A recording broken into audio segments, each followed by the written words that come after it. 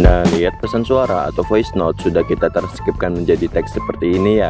Gimana caranya? Simak terus videonya sampai selesai. Tanpa lama-lama, mari kita mulai ke pembahasannya. Let's go. Assalamualaikum, halo teman-teman semuanya, berjumpa kembali di channel Rom Tutorial.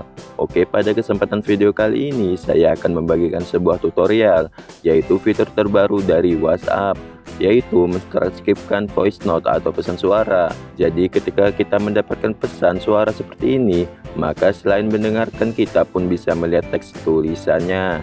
Jadi untuk pesan suara tidak bisa didengarkan oleh orang lain. Di sini kita transkripkan, maka untuk pesan suara akan berubah menjadi tulisan.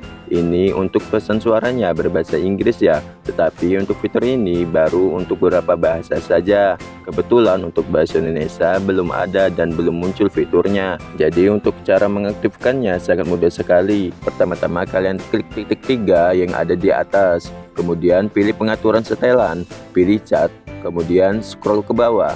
Nah, di sini pada transkrip pesan suara kita aktifkan.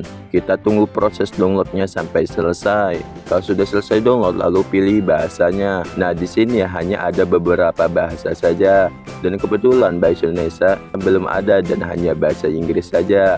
Kalau sudah kita aktifkan, nah untuk mentranskripkannya, pertama ketika kita mendapatkan pesan suara, tinggal kita tekan dan tahan seperti ini. Lalu klik titik 3 di atas. Kemudian pilih transkripkan.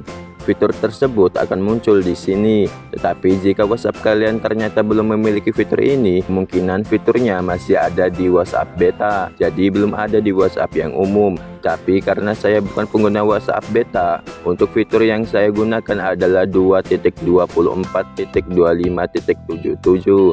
Buat kalian yang ingin mencobanya, kalian update terlebih dahulu aplikasi WhatsApp-nya, atau kalian bisa download saja pada link yang ada di deskripsi video saya. Mungkin segitu aja tutorial dari saya, semoga membantu dan bermanfaat. Jika kalian suka video ini, jangan lupa untuk klik tombol subscribe, like, komen, dan aktifkan tombol lonceng notifikasinya agar tidak ketinggalan updatean terbaru dari saya. Terima kasih banyak bagi kalian yang sudah menonton sampai selesai. Wassalamualaikum warahmatullahi wabarakatuh.